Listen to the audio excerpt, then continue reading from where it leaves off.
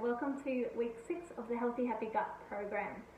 Today what I wanted to touch on is the last step of our treatment plans. So most of you are aware we are really in the beginning stages, focusing on our digestion, making a lot of those symptoms and complaints go away by removing those inflammatory foods. So we're focusing on diet and gut cleanse, so getting rid of bad bacteria or parasites in our body or our digestive tract. And then the next step was repairing our gut lining. And then lastly, our last step is to replace our beneficial bacteria. Now it's really important that we do that, because when we are cleansing our gut, we won't just be killing off the bad bacteria. So it will affect some of our good bacteria as well. And of course, over the years and throughout life, we've probably at several stages in our life had a little or a lot of antibiotics. So the herbs that we've used in our cleanse stage, as well as antibiotic use and even certain medications over periods of time, will affect the good to bad bacteria ratio within our gut.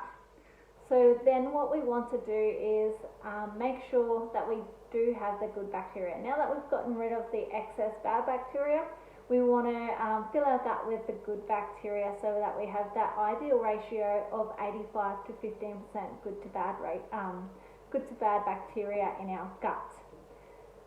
So the reason why we do that is obviously because over time we've lost that good bacteria, but also because our good bacteria helps to support a healthy gut.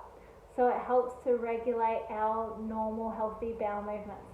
It helps us to ensure that we aren't having severe allergies. It helps our immune system. It helps our skin.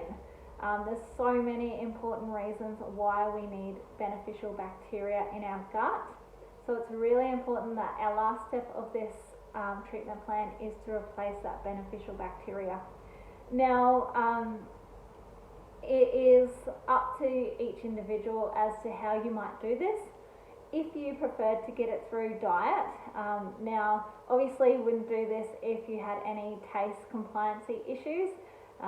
For example, one of the best ways that we can get good bacteria through our diet is a food called sauerkraut, which is fermented cabbage. Now this is either a hit or miss for most people, so you either love it or you hate it. And same with making our homemade dairy-free yogurts, kefir, kombucha, miso. So all that fermented food does have a very powerful taste, and it is time consuming as well. So it's up to you as to whether you would take a probiotic or get it through your foods. Now obviously getting it through our foods is a really good way to do it, because it helps us to implement this on a daily basis throughout the rest of our life. Not just taking it for 30 to 60 days and then that's the end. Now, should you have to be on probiotics forever? Absolutely not.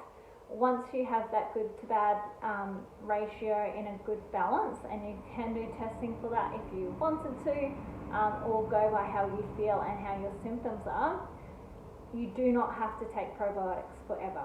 So I would recommend 60 days max, maybe even only 30 days. So we will make sure the probiotic strains are specific to you.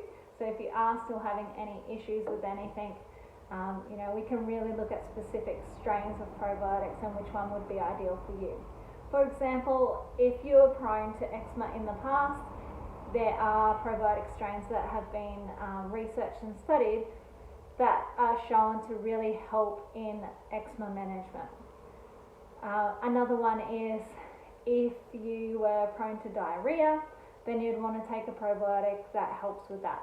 If you were prone to constipation, then you'd take a probiotic strain to help with that. And even with Candida, we know that the Saccharomyces boulardii strain of probiotic, which is a shelf-stable one, actually helps to fight Candida. So that might be a good probiotic to take at the end of your treatment plan. So yeah, I think that's really all I want to say about like replacing that beneficial bacteria. We know that it's really important to do so. We want to make sure that the percentage of ratios is correct and that you aren't lacking, because even after you've repaired your gut lining, if you're not looking after that bacteria, then you will return to having poor immune function, or you might be really prone to then going and easily getting candida again. So yeah, at the end of this, we really want to make sure that we do replace that beneficial bacteria in our gut, either through foods or probiotic supplements that are specific to your needs.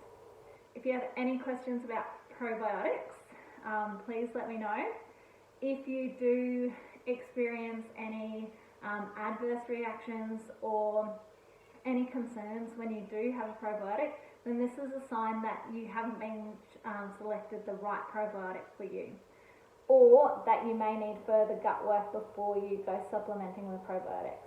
For example, if you are histamine intolerant, you might not be able to have probiotics straight away, but later on down the track, when you've really repaired and made sure you've gotten rid of that bad bacteria in the gut, then you would introduce that probiotic again later on.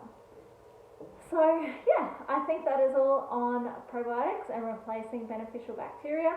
Let me know if you have any questions at all. I'm always happy to help, and even if it's not in relation to gut health specifically, but maybe another concern that's arise that you might have, I'd love to help you out, guys.